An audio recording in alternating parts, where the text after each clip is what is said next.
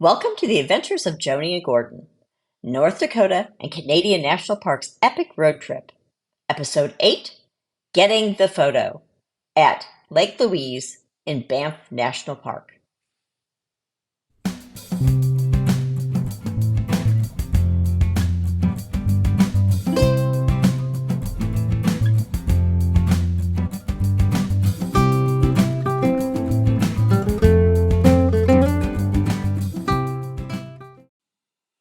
In the last episode, we crossed the Canadian border and visited Kootenay and Yoho National Parks.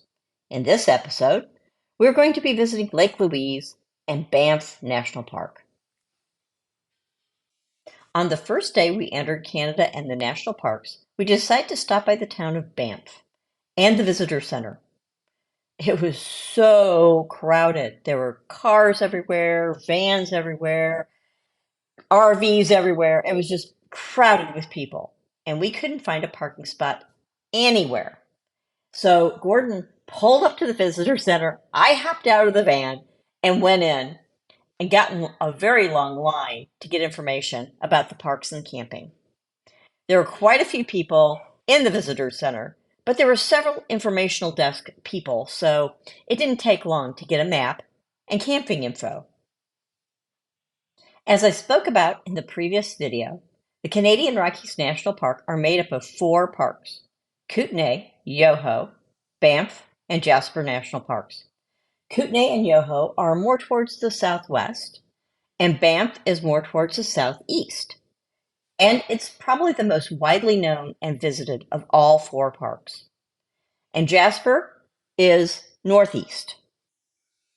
Banff National Park is established in 1885 and is one of the Canadian's most famous national parks. It covers an area of approximately 2,564 square miles and is characterized by towering mountain peaks, glaciers, alpine meadows, dense forests, and turquoise lakes. Some of the iconic landmarks include Lake Louise, Moraine Lake, Bow Lake, and the beautiful Icefields Parkway. The town of Banff is approximately 9,656 residents, and it is a modern, quaint, small town. But even in the early part of the season, we were there in late May, it was very, very busy. There were a lot of shops and restaurants that make up this very touristy town. Lake Louise is one of the most sought-after photos in the world due to its beautiful turquoise waters surrounded by gorgeous mountains. Our first attempt to go to Lake Louise was a total failure. We thought since it was early in the season, we could just drive right up and get the shot and leave. Boy, were we wrong. As we were driving up to the lake, a traffic guard stopped us and said the parking lot's full, and the only way to see the lake, you will have to go downtown, down to the Lake Louise little strip mall area, and take a shuttle up. We parked and went into the visitor center, where there was a long line for information with very few informational people. So we left to regroup, licking our little failed wounds, and instead we visited Emerald Lake and natural bridges in Yoho, and I talked about that in the last video. And then back to our campsite for the evening. Professional and amateur photographers from all over the world come to Lake Louise to get the shot. I've spent a lot of time looking at photos and watching videos about photographers traveling to get the shot and dreaming of getting the photo. In my imagination, Lake Louise would be a nice little nature hike to a beautiful lake surrounded by mountains. Boy, was I wrong again. First of all, you have to make your plan to get the shot. You can't just drive up and hike to the site and get the photo. As I said before, they turned us away. So,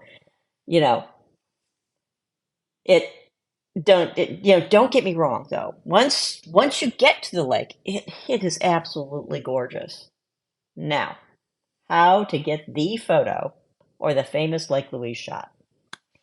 If you drive up to Lake Louise and leave before 7 a.m., you don't have to pay the $21 Canadian dollar parking fee. Yep, you heard me right. The parking fee at Lake Louise is 21 Canadian dollars. I thought that was a bit excessive myself. But we got to the parking lot around 5:30 a.m. and put on warm clothes because it was pretty darn cold. Then we headed to the lake, which was really a short walk. It was fairly close. And you weren't really hiking in nature, you were hiking on the parking lot. So, but we did get the shot. And we took several, being good tourists, and we took several other people's photos, and had another person take our photo. And we were back in the van before 7 a.m. Mission accomplished. We got our shot. And then on to the Icefields Parkway and up to Jasper National Park. Thanks for watching episode 8, Getting the Photo at Lake Louise. Please like and subscribe if you're enjoying these videos. And our next episode will be visiting the Icefields Parkway. The Icefields Parkway is a road that goes between Banff National Park and up to Jasper National Park, so it includes both parks.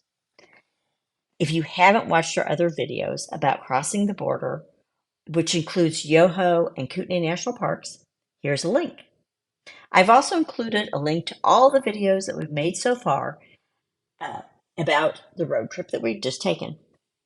I hope you're enjoying them as much as we have enjoyed making them. And I hope you have a great day.